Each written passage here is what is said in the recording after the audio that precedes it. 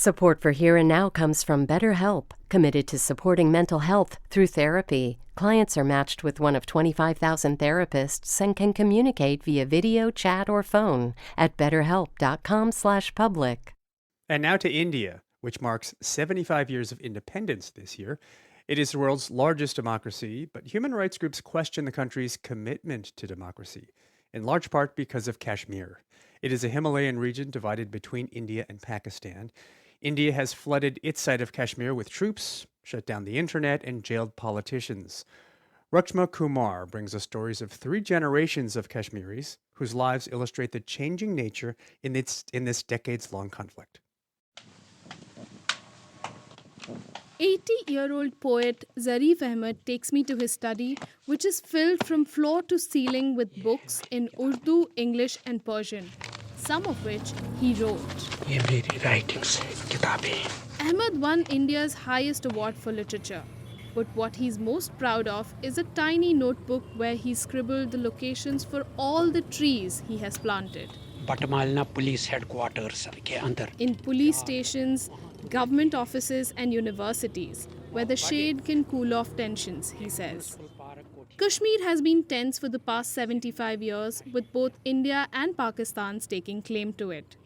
Part of the ancient Silk Route, Kashmir has abundant natural resources and strategic importance. When Ahmed was a child, India and Pakistan went to war over Kashmir and split the region between them. The Hindu king of Jammu and Kashmir joined India in exchange for some autonomy.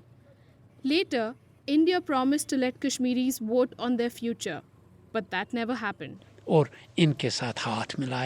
extended a hand of friendship to India, but it cut our palm, says Ahmed. He embodies a Kashmir that expected a quick return to self-rule through diplomacy and dialogue. But that was 7 decades ago. Successive generations decided they would have to fight for it. There have been so many bad memories in our school days because those days the violence was at its peak. Shafkat Raina is poet Ahmed's godson.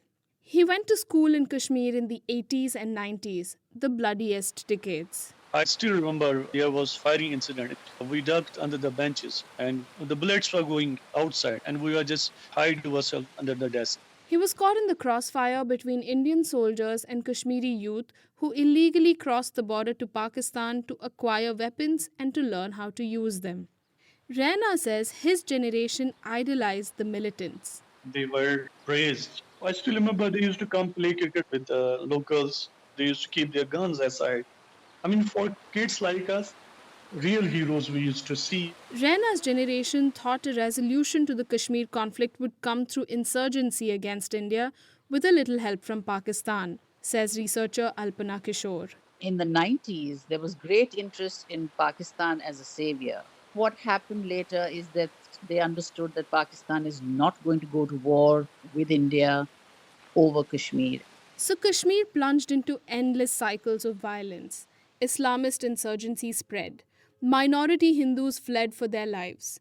Raina, the godson, is the embodiment of what Kashmir then became, a place of tension and trauma. This tension always followed us in our whole life, whether it's a marriage life, social life, school life, education life, everything. It disturbed us everywhere. Indian soldiers' presence also increased over the years, as did allegations of human rights violations by the security forces. Because there were a lot of arms, so everything was chaotic. To establish a sense of order and to build up an intelligence network, all these things take time and unfortunately they take lives. This is how human rights violations happen. To the point that today, there are estimated to be as many as 30 Indian soldiers for every civilian in Kashmir. The current generation doesn't remember peacetime at all.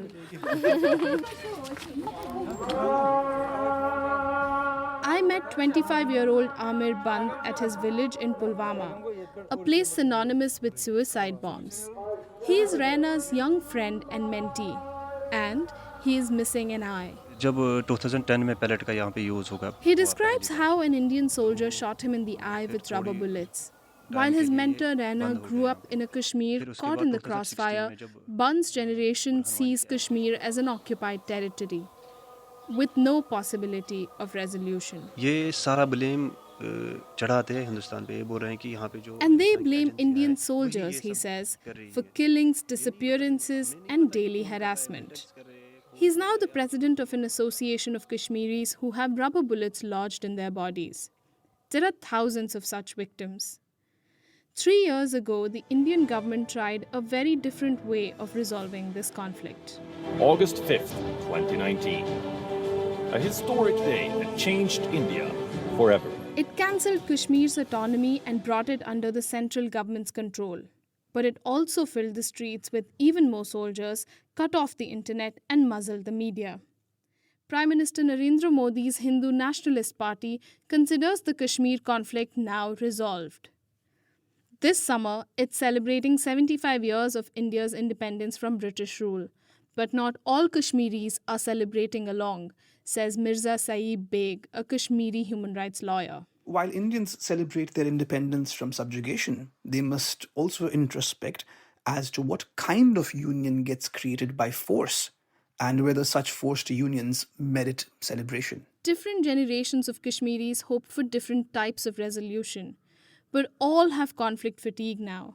With the elderly poet Ahmed, conversation often turns to philosophy. जब भगवान पूछेगा क्या है साथ, When God asks me what I have, I will say, I only have the trees I planted. Everything else is transient, he says. Those trees have borne witness to 7 decades of turmoil, and they will stand as silent observers for years to come. For NPR News, I'm Raksha Kumar in Srinagar, Kashmir.